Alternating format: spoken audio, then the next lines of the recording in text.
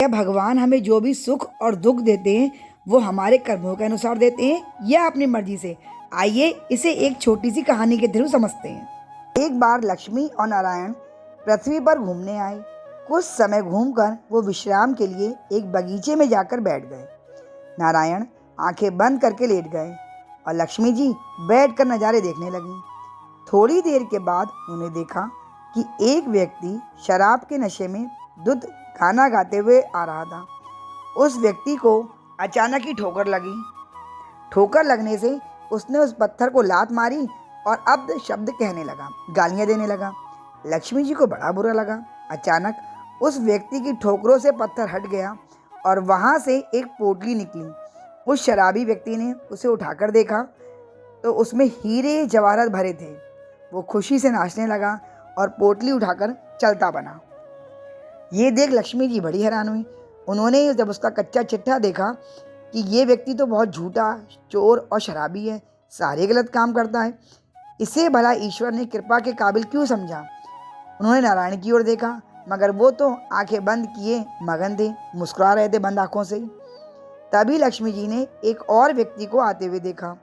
बहुत गरीब लगता था, मगर उसके चेहरे पे तेज और खुशी थी। कपड़े पुराने थे किंतु साफ थे। तभी उस व्यक्ति के पाँव में एक बहुत बड़ा शूल यानी कांटा घुस गया। खून के फव्वारे बह निकले। उसने हिम्मत करके उस कांटे को निकाला, पाँव में गमछा बांधा, प्रभु को हाथ जोड़ धन्यवाद देते हुए लंगड़ाते हुए वह व्यक्ति वहां से चल दिया। इतने अच्छे व्यक्ति की ये दशा। उन्होंने नारायण को फिर देखा और अब भी नारायण आंखें बंद किए पड़े थे, मगन थे, मुस्कुरा रहे। लक्ष्मी जी को अपने भक्त के साथ ये भेदभाव पसंद नहीं आया। उन्होंने नारायण जी को हिलाकर उठाया। नारायण आंखें खोलकर मुस्कुराए। लक्ष्मी जी ने उनसे उस घटना का राज पूछा तो नारायण ने जवाब में क्या कहा, सुनिए। लोग मेरी कार्यशैली को नहीं समझे। मैं किसी को सुख या दुख नहीं देता हूँ। सुख और दुख तो इंसान अपनी करनी से पाता है। यूँ समझ लो कि मैं एक अकाउंटेंट हूँ। मैं सिर्फ हिसाब रखता हूँ, किसको किस कर्म के लिए कब या किस जन्म में अपने पाप या पुण्य का अनुसार क्या फल मिलेगा, इसका हिसाब मैं रखता हूँ। जिस अधर्मी को सोने की पोटली मिली, दरअसल आज उसे उस वक्त पूर्व जन्म के सुकर्मों के लिए पूरा राज्य भाग मिलना था, मगर उसने इस जन्म में इतने विकर्म किए कि पूरे राज का सोना बस एक पोटली भर ही रह गया।